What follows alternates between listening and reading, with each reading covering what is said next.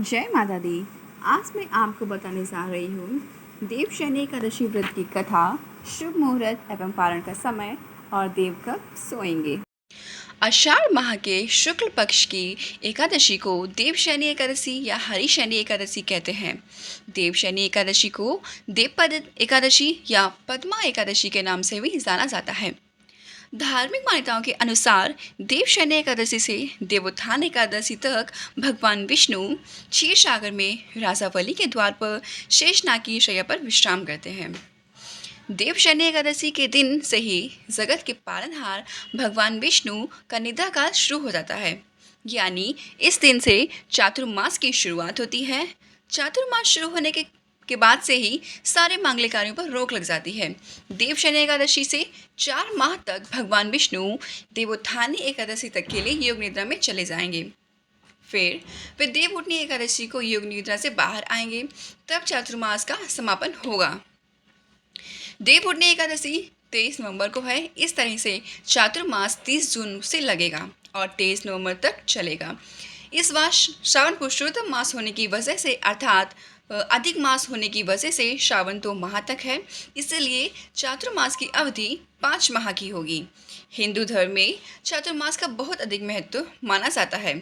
चातुर्मास की शुरुआत आषाढ़ माह से शुरू होती है और कार्तिक माह के शुक्ल पक्ष की एकादशी के दिन खत्म होती है। तो फिर भगवान विष्णु शेषनाग की शैया से जाग जाते हैं और फिर सारे मांगलिक कार्यों की शुरुआत हो जाती है। देवशयनी एकादशी व्रत कथा का वर्णन खुद भगवान श्री कृष्ण ने किया है। शास्त्रों के अनुसार भगवान श्री कृष्ण ने इस वृतांत को धर्मराज युधिष्ठिर को सुनाया था। पौराणिक कथाओं के अनुसार सतयुग में मानधाता नामक एक चक्रवर्ती राजा राज्य करते थे। मानधाता के राज में प्रजा सुखी थी। एक बार उनके राज में 3 साल तक वर्षा न होने की वजह से भयंकर अकाल पड़ गया था। अकाल से चारों ओर त्रासदी का माहौल बन गया था। इस वजह से यज्ञ, हवन, पिंडदान, कथा, व्रत आदि कम होने लगे थे। प्रजा ने अपने राजा के पास जाकर अपने दर्द के बारे में बताया। तब राजा इस अकाल से चिंतित थे। उन्हें लगता था कि उनसे आखिर ऐसा कौन सा पाप हो गया है जिसकी सजा इतने कठोर रूप में मिल रही है। इस संकट से मुक्ति पाने के उद्देश्य से राजा सेना को लेकर जंगल की ओर चल दिए। जंगल में विचरण करते हुए एक दिन वे ब्रह्मा जी के पुत्र अंगिरा ऋषि के आश्रम में पहुंच गए। ऋषिवर ने राजा का कुशलक्षेम और जंगल में आने का कारण पूछा।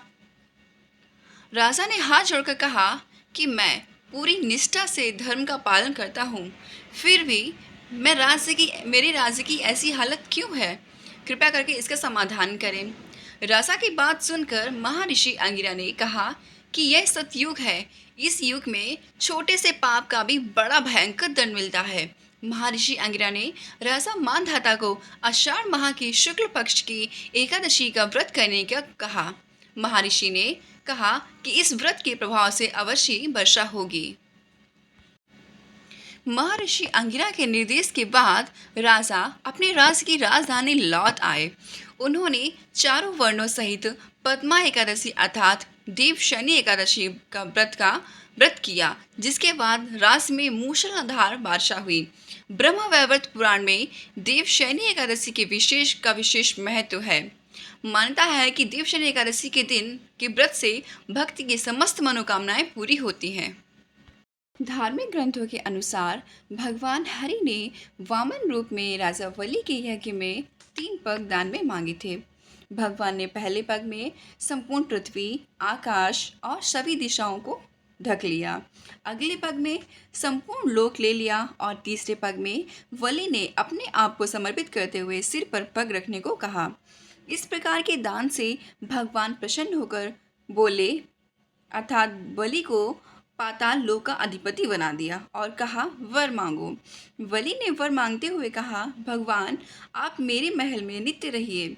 बलि के बंधन में बंधा देख कर उनकी भार्या अर्थात लक्ष्मी ने बलि को भाई बना लिया और बलि से भगवान को मुक्त करने को कहा। तभी से वर का पालन करते हुए सभी देवता वहाँ सूतल में निवास करते हैं। इसीलिए माना जाता है कि देवशयनी एकादशी से अगले 4 माह तक भगवान विष्णु निवास करते हैं।